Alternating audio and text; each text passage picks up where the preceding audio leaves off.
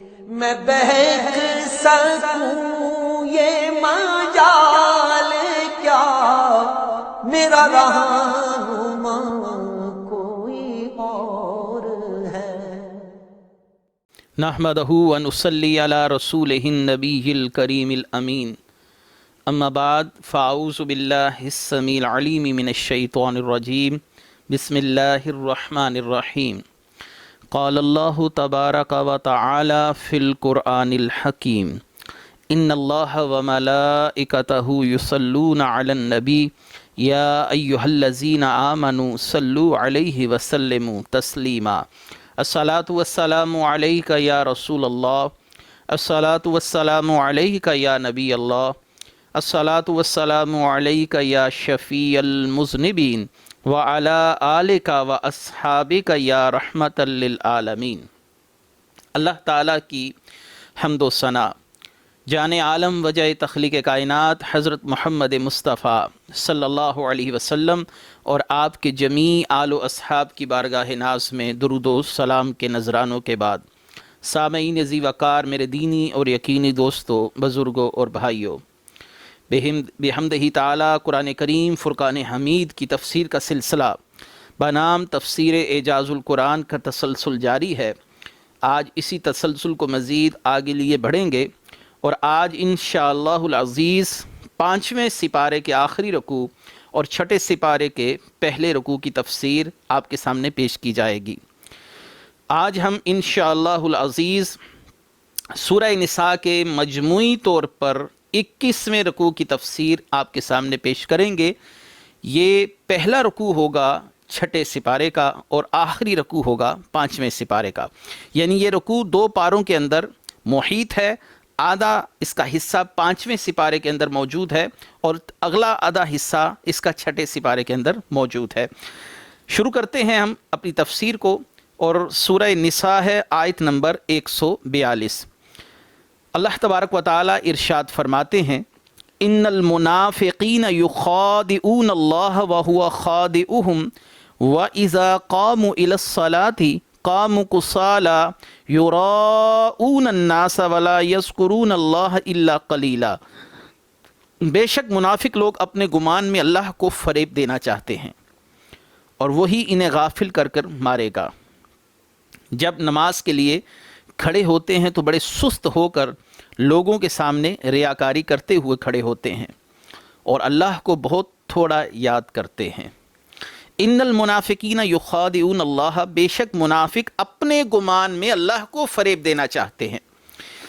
یہاں پر مفسرین کرام نے بڑی سیر حاصل گفتگو کی، اور آپ کو یاد ہوگا کہ ہم پہلے سپارے کے ابتدائی جو رکوع ہیں ان میں اس بات کی بڑی تفصیل سے تشریح کر آ چکے ہیں کہ اللہ تبارک و تعالیٰ کو منافقین کس معنی میں دھوکہ دینا چاہتے تھے، یا ان کے گمان کے مطابق وہ کیا دھوکہ دے رہے تھے۔ اصل میں یہاں پر یہ بات تو منافقین کو بھی معلوم تھی کہ اللہ کو دھوکہ نہیں دیا جا سکتا، تو پھر یہاں پر اللہ کو دھوکہ دینے سے مراد کیا ہے؟ اصل میں وہ نبی کریم صلی اللہ علیہ وسلم کے خلاف خفیہ منصوبے، ریشہ دوانیاں اور مسلمانوں کے خلاف خفیہ منصوبوں اور ناپاک عزائم میں خود کو مشغول رکھے ہوئے تھے، اور وہ یہ سمجھتے تھے کہ ہم اس سے رسول اللہ صلی اللہ علیہ وسلم، دین اسلام اور صحابہ کے آگے ایک بند باندھ دیں گے جس سے دین اسلام کا راستہ رک جائے گا۔ اللہ تبارک و تعالیٰ اپنے دین کی حفاظت کرنے والا ہے، اور نبی کریم صلی اللہ علیہ وسلم سے اللہ کا وعدہ ہے کہ اپنے محبوب صلی اللہ علیہ وسلم کو اللہ نے قرآن میں متعدد مقامات پر فرمایا، اے محبوب صلی اللہ علیہ وسلم یہ چاہتے ہیں کہ نور کو اپنی پھونکوں سے بجھا دیں، لیکن اللہ تبارک و تعالیٰ اپنے نور کو پورا کرنے والا ہے۔ آپ کے خلاف یہ جتنے بھی ناپاک عزائم صبح و شام منصوبے تیار کر رہے ہیں، اللہ تبارک و تعالیٰ آپ کو سرخرو فرمائے گا اور آپ کی حفاظت فرمائے گا۔ تو لہٰذا یہاں پر رسول اللہ صلی اللہ علیہ وسلم کو دھوکہ دینا، یہ اللہ کو دھوکہ دینے سے تعبیر کیا گیا ہے۔ جیسا کہ رسول اللہ صلی اللہ علیہ وسلم کی اطاعت کو اللہ تعالیٰ نے فرمایا کہ میرے محبوب کی اطاعت میری اطاعت ہے۔ رسول اللہ صلی اللہ علیہ وسلم نے فرمایا من عصانی فقد عصی اللہ، جس نے میری نافرمانی کی ہے اس نے اللہ کی نافرمانی کی ہے۔ تو جس نے رسول کی اطاعت کی، جس نے رسول کی نافرمانی کی، بے عین ہی یہی حکم اللہ تبارک و تعالیٰ کی ذات کے لیے ہے، کیونکہ آپ خلیفہ مطلق ہیں، اللہ تبارک و تعالیٰ کے محبوب اعظم ہیں۔ آپ صلی اللہ علیہ وآلہ وسلم کے ساتھ جو معاملہ بھی کیا جائے گا اسے اللہ تبارک و تعالیٰ کی ذات کے ساتھ ہی معاملہ سمجھا جائے گا۔ اللہ تبارک و تعالیٰ نے ایک مقام پر کیا خوب فرمایا کہ اے محبوب صلی اللہ علیہ وآلہ وسلم، وہ کنکریاں جو آپ نے پھینکی تھیں وہ آپ نے نہیں، اللہ تبارک و تعالیٰ نے پھینکی ہیں۔ اے محبوب صلی اللہ علیہ وآلہ وسلم، آپ کا عمل اللہ تبارک و تعالیٰ کا عمل ہے، آپ کی اطاعت اللہ کی اطاعت، آپ کی نافرمانی اللہ کی نافرمانی۔ آپ کو دھوکہ دینا گویا یوں ہے کہ جیسے اللہ کو دھوکہ دینے کی کوشش کی جا رہی ہے۔ تو یہ مقام جمع الجمع ہے صوفیہ کے ہاں کہ رسول اللہ صلی اللہ علیہ وآلہ وسلم کے ساتھ جو معاملہ کیا جائے گا وہ اللہ ہی کے ساتھ معاملہ تصور کیا جائے گا۔ وَإِذَا قَامُوا إِلَى الصَّلَاةِ قَامُوا كُسَالَىٰ، کہ وہ نماز کے لیے نہیں آتے مگر دل ہارے ہوئے۔ دل ہارے یعنی لوگوں کو دکھانے کے لیے، اگر تنہائی میں ہو تو نماز میں سستی برتتے ہیں، اور جب لوگوں کے سامنے ہو تو پورے خشوع و خضوع کے ساتھ نماز پڑھتے ہیں، یعنی گویا ان سے بڑھ کر کوئی احسن طریقے سے نماز پڑھنے والا ہی نہیں۔ اللہ تبارک و تعالیٰ نے فرمایا وَلَا يَذْكُرُونَ اللَّهَ إِلَّا قَلِيلًا، وہ ذکر نہیں کرتے اللہ کا لیکن تھوڑا۔ اہل ایمان لیٹے ہوئے بیٹھے ہوئے اپنی کروٹوں کے بل پر ہر حال میں اللہ کا ذکر کرتے ہیں، بلکہ رسول اللہ صلی اللہ علیہ وسلم کی اگر آپ حیات مقدسہ دیکھیں تو چھینک آنے سے لے کر اللہ کا ذکر، کھانا کھانے سے پہلے اللہ کا ذکر ہے، نماز پڑھنے کے بعد اللہ کا ذکر ہے، کھانے کے بعد اللہ کا ذکر ہے، سونے سے پہلے اللہ کا ذکر ہے، اٹھنے کے بعد اللہ تبارک و تعالیٰ کا ذکر ہے، یعنی ہر موقع پر اللہ کا ذکر ہے۔ جنگ سے پہلے اللہ کا ذکر ہے، اور جنگ میں فتح یاب ہونے کے بعد اللہ کا ذکر ہے، کسی آزمائش سے گزرنے پر اللہ تبارک و تعالیٰ کا ذکر ہے۔ یعنی مسلمانوں میں ہر موقع پر، ہر مقام پر رسول اللہ صلی اللہ علیہ وآلہ وسلم کی سنتوں کی پیروی کی جائے تو آپ کو معلوم ہوگا کہ ہر لمحے، ہر ساتھ، سیدہ عائشہ فرماتی ہیں کہ رسول اللہ صلی اللہ علیہ وسلم ہر ساتھ، ہر لمحے اللہ تعالیٰ کا ذکر کیا کرتے تھے۔ وَلَا يَذْكُرُونَ اللَّهَ إِلَّا قَلِيلًا، یہ نہیں ذکر کرتے مگر اللہ کا تھوڑا۔ یہاں پر ایک بات اور بھی ذہن نشین رہے، تنہائی میں نماز کا وقت بہت تاخیر کر دینا، دل ہارے ہوئے کھڑے ہو کے نماز پڑھنا، نماز کے لیے وضو احسن طریقے سے نہ کرنا، جلدی جلدی میں نماز پڑھ لینا، یعنی اس طرح کے وہ معاملات جب انسان تنہائی میں ہو تو اس کا معاملہ اور ہو، جب جلوتوں میں ہو تو اور ہو، خلوتوں میں ہو تو اور ہو، تو اس کو آپ علامات منافقین سے ہی تعبیر کر سکتے ہیں۔ ہر انسان کو اپنے عمل پر غور و فکر کرنا چاہیے۔ ماشاءاللہ حاتم الاسم بہت بڑے اللہ کے ولی گزرے ہیں، تو جب وہ نماز پڑھتے تھے تو ان کی ایک عجیب کیفیت ہوتی تھی۔ احیاء العلوم میں امام غزالی رحمۃ اللہ علیہ نے اللہ کے محبوب بندوں کی نماز کا طریقہ بھی بیان کیا۔ یہاں پر منافقین کا بیان کیا کہ ان کا دل خشوع و خضوع سے خالی ہوتا ہے، وہ لوگوں کو دکھانے کے لیے نماز پڑھتے ہیں، اور اگر لوگ ان کو نہ دیکھ رہے ہوں تو ان پر خدا کا خوف تک غالب نہیں ہوتا کہ میرا رب تو مجھے دیکھ رہا ہے۔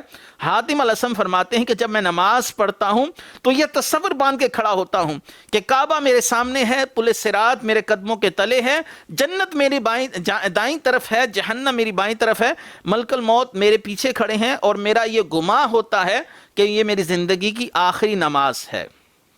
حضرت عمر فاروق رضی اللہ تعالیٰ عنہ نے یوں ہی آپ نے فرمایا کہ اپنی ہر نماز کو اپنی زندگی کی آخری نماز سمجھ کے پڑھو تو تم اپنی نماز میں خشوع و خضوع اور اللہ کا خوف پاؤ گے۔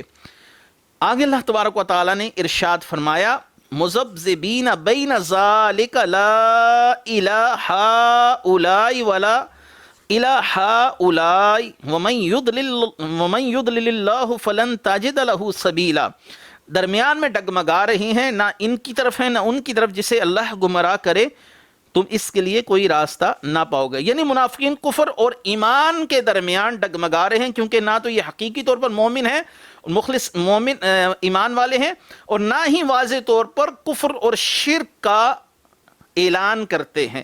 اے حبیب صلی اللہ علیہ وآلہ وسلم، آپ ان منافقین کے راہ راست پر آنے کی امید نہ رکھیں، کیونکہ جسے اللہ تعالیٰ گمراہ کر دے تو اللہ تعالیٰ کے گمراہ کیے کے لیے آپ کوئی راستہ نہیں پائیں گے جس پر چل کر وہ حق تک پہنچ سکے۔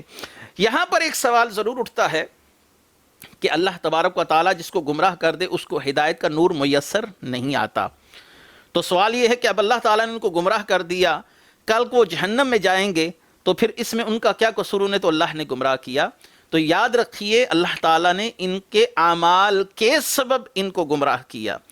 یہ اتنے گناہ کرتے رہے کہ ان کے دل سیاہ ہو گئے، اور ان کے دل مکمل سیاہ ہونے کے بعد ہدایت سے دور ہو گئے۔ اللہ تبارک و تعالیٰ نے ان کے اعمال کے سبب، ان کی حرکات و سکنات کے سبب ان کے دلوں پر مہر لگا دی کہ یہ اب واپس لوٹنے والے نہیں ہیں، یہ ازلی بدبخت ہیں۔ آگے اللہ تبارک و تعالیٰ ارشاد فرماتے ہیں، یا ایھا الذین آمنوا لا تتخذوا الکافرین اولیاء من دون المؤمنین اتریدون ان تجعلوا للہ علیکم سلطانا مبینا۔ اے ایمان والو، مسلمانوں کو چھوڑ کر کافروں کو دوست نہ بناؤ۔ کیا تم یہ چاہتے ہو کہ اپنے اوپر اللہ کے لیے صریح حجت قائم کر لو؟ اس آیت میں مسلمانوں کو بتایا گیا ہے کفار کو دوست بنانا یہ اصل میں خصلت منافقین ہے، لہٰذا تم ان سے بچو۔ رسول اللہ صلی اللہ علیہ وآلہ وسلم نے فرمایا ہر شخص اپنے دوست کے دین پر ہوتا ہے، تو اس کو دیکھنا چاہیے کہ میرا دوست کس دین پر ہے، اس کی عادات، اطوار، مذہبی رسومات کیا ہیں۔ رسول اللہ صلی اللہ علیہ وآلہ وسلم کی اس حدیث کی تشریح ایک عربی کا مشہور مقولہ بھی کرتا ہے، الجنس یمیل الی الجنس، یعنی جنس جنس کو اپنی طرف کھینچتی ہے۔ خبیث لوگ خبیث لوگوں کے ساتھ ہی صحبت رکھتے ہیں، انہی کے ساتھ اٹھتے بیٹھتے ہیں، اور عمومی طور پر دیکھا گیا کہ صالحین کی صحبت ہی کی طرف رغبت رکھتے ہیں۔ تو ہر شخص اپنے دوست کے دین پر ہے۔ رسول اللہ صلی اللہ علیہ وسلم کی ایک حدیث کا مفہوم ہے کہ جس نے کسی قوم کو بڑھایا تو اللہ تعالیٰ اس کا خاتمہ اسی قوم کے ساتھ کرے گا، اور قیامت کے دن اللہ تعالیٰ ان کو اسی کے ساتھ اٹھائے گا۔ تو کفار کے معاملات میں انتہائی احتیاط ہے، ان تک مسلمانوں کے نہ دینی راز پہنچنے چاہیے اور نہ ہی کفار کی طرف دلی رغبت۔ اللہ نے فرمایا کہ وَلَا تَرْكَنُوا إِلَى الَّذِينَ ظَلَمُوا فَتَمَسَّكُمُ النَّارُ، کہ اگر تم اپنے دلوں میں ان ظالموں کے لیے، بدعقیدہ لوگوں کے لیے بھی کچھ بھی معمولی سا بھی اگر قلبی رجحان پاؤ گے تو اللہ تعالیٰ تمہیں بھی جہنم کا ایندھن بنا دے گا۔ کیوں؟ یہ اللہ رسول کے نافرمان ہے، ان سے ہماری دشمنی کی وجہ اللہ رسول صلی اللہ علیہ وسلم ہی کی وجہ سے ہے۔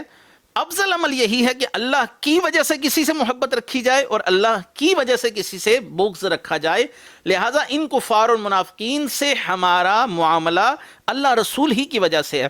جس کا ایمان کامل نہیں وہ ان باتوں کو ترجیح نہیں دیتا، اور وہ عزتوں کو ان کفار کے قدموں میں تلاش کرتا ہے، جبکہ عزت اللہ تعالیٰ نے اپنے محبوب کی اطاعت اور اپنی اطاعت میں رکھی ہے۔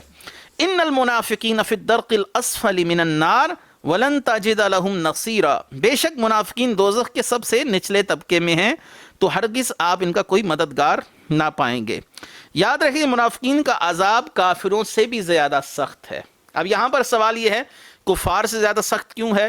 کافر نے تو کلمہ پڑھا ہی نہیں، منافقین رسول اللہ صلی اللہ علیہ وسلم کی معیت میں جہاد بھی کرتے رہے، پیچھے نمازیں بھی پڑھتے رہے، بظاہر کلمہ بھی پڑھتے رہے، خود کو دنیا میں مسلمان کہہ کر مسلمانوں کے ساتھ شامل بھی رہے۔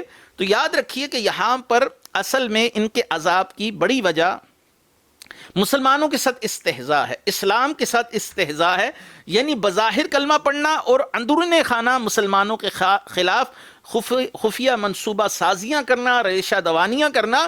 کفار تو کھلے عام مسلمانوں کے دشمن ہیں، ان سے مسلمانوں کو اتنا خطرہ نہیں ہے جتنا ان گھر کے بیٹیوں سے ہے کہ دن بھر مسلمانوں کے ساتھ بیٹھے رہنا، ان کے راز سننا اور مسلمانوں کے دشمنوں تک پہنچا دینا۔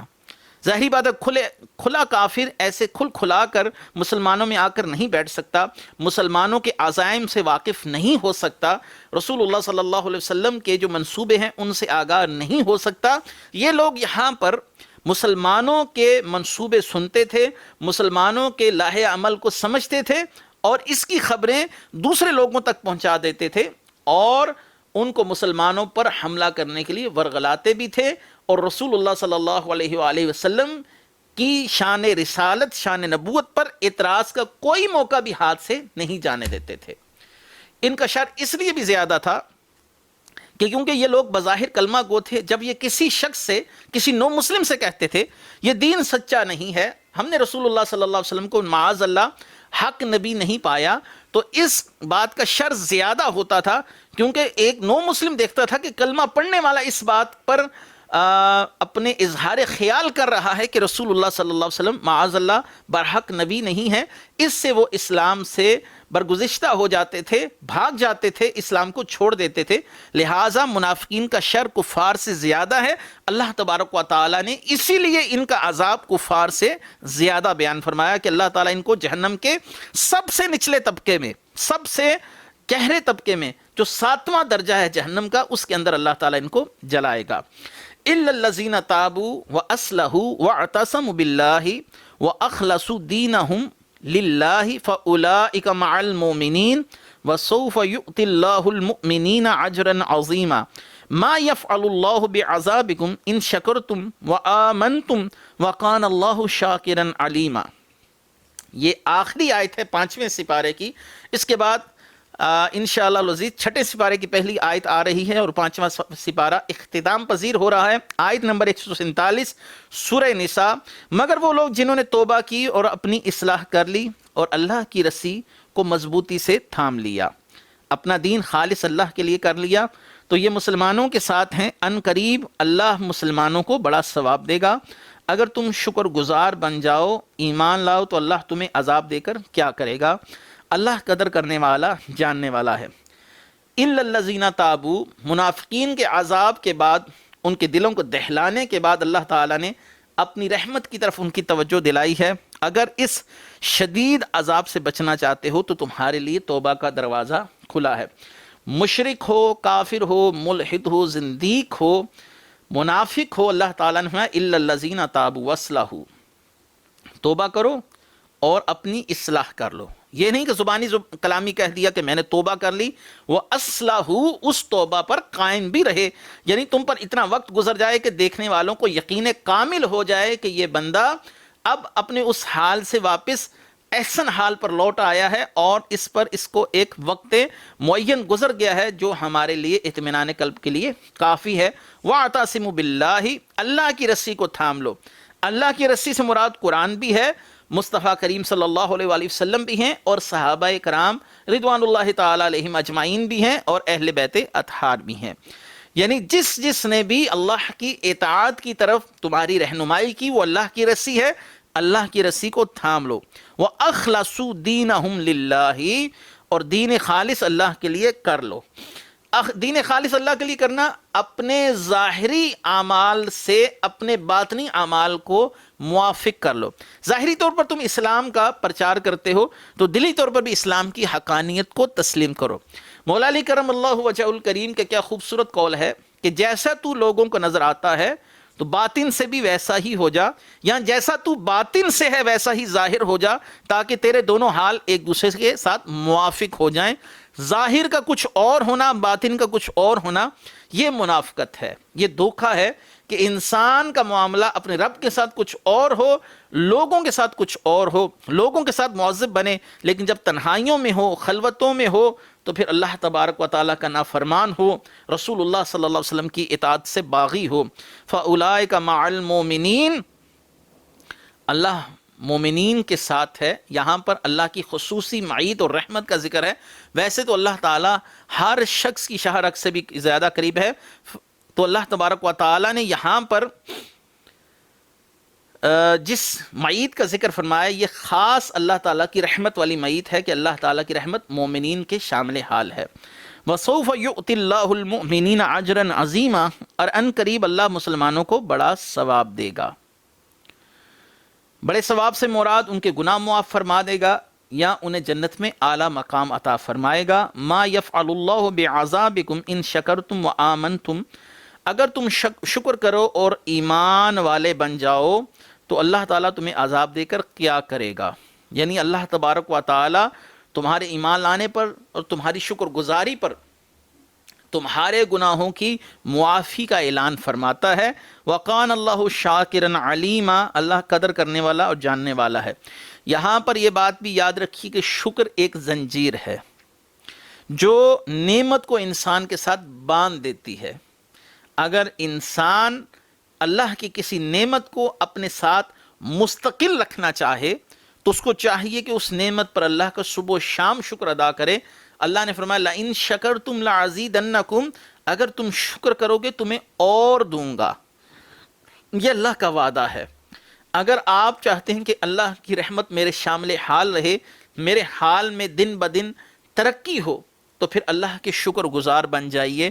شکر ایک زنجیر ہے جو نعمت کو انسان کے ساتھ باندھ دیتی ہے۔ وَقَانَ اللَّهُ شَاكِرًا عَلِيمًا، اللہ قدر کرنے والا جاننے والا ہے۔ چھٹا سپارہ شروع ہو رہا ہے، اس کی پہلی آیت سورہ نساء کی آیت نمبر 148، لا يحب اللہ الجہر بالسوء من القول الا من ظلم وکان اللہ سمیعا علیما، بری بات کا اعلان کرنا اللہ پسند نہیں کرتا مگر مظلوم سے، اور اللہ سننے والا جاننے والا ہے۔ یہ جو آیت مبارکہ ہے اس کی ایک تفسیر روافظ کی طرف سے پیش کی جاتی ہے، یعنی نوحہ کرنا، چیخو پکار کرنا، ماتم زنی کرنا، شمشیر زنی کرنا، ماتم کرنا، چیخو پکار کرنا، آہو بکا کرنا۔ وہ کہتے ہیں کہ جس پر ظلم ہو اس کے لیے بری بات کا اعلان کرنا یہ جائز ہو جاتا ہے، لہٰذا اس سے وہ نوحہ یا ماتم کا جواز یا چیخو پکار کا جواز ثابت کرتے ہیں۔ تو پہلی بات تو یہ ہے کہ اس آیت مبارکہ کا قطعاً کوئی تعلق بھی نہ نوحہ سے ہے نہ ماتم سے ہے۔ اس آیت کا تعلق کیا ہے، اس آیت کا شان نزول کیا ہے، اور اس آیت کا پس منظر کیا ہے؟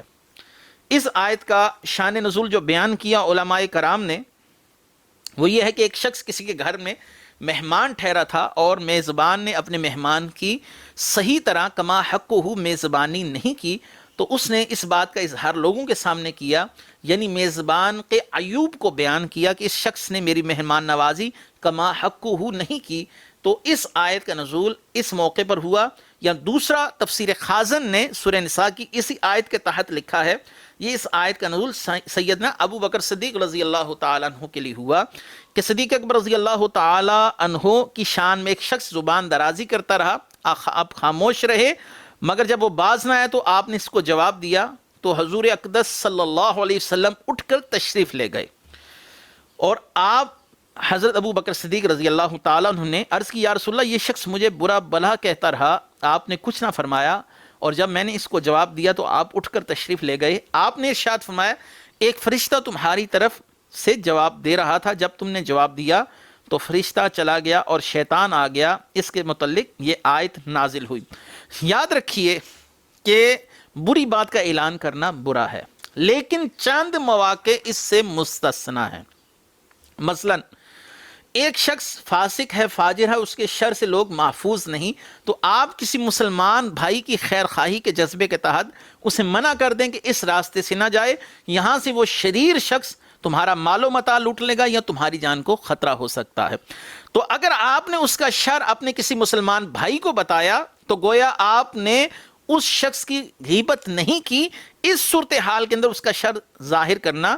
اور اسی طرح یہ جو علم رجال الحدیث ہے، یہ جرح و تعدیل ہے، اس کے اندر ہم کسی شخص کے عیوب کو بیان کرتے ہیں، یہ شخص جھوٹا تھا، یہ شخص حدیث کے اندر گڑبڑ کرتا تھا، یہ شخص حدیث کے متون کو مقلوب کر دیتا تھا، تبدیل کر دیتا تھا، آگے سے پیچھے اور پیچھے سے آگے کر دیتا تھا، الٹ کر دیتا تھا۔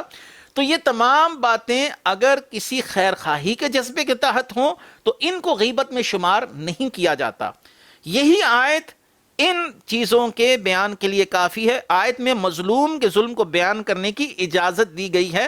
اگر کسی شخص کو قاضی نے اپنی عدالت میں بلا لیا اور اس سے کسی شخص کے ظلم اور اس کی ہوئی زیادتی کے متعلق سوال کیا، تو اب مظلوم قاضی کے سامنے جب اس شخص کا عیب بیان کرے گا کہ اس شخص نے میرا حق مارا ہے اور اس نے میرے ساتھ زیادتی کی ہے، تو یہ زیادتی بیان کرنا اس شخص کی غیبت یا چغلی نہیں کہلوائے گا۔ اللہ تبارک و تعالیٰ نے اس مقام پر اسی طرف اشارہ کیا ہے کہ الا من ظلم، ہاں جس پر ظلم ہو جائے وہ بیان کر سکتا ہے۔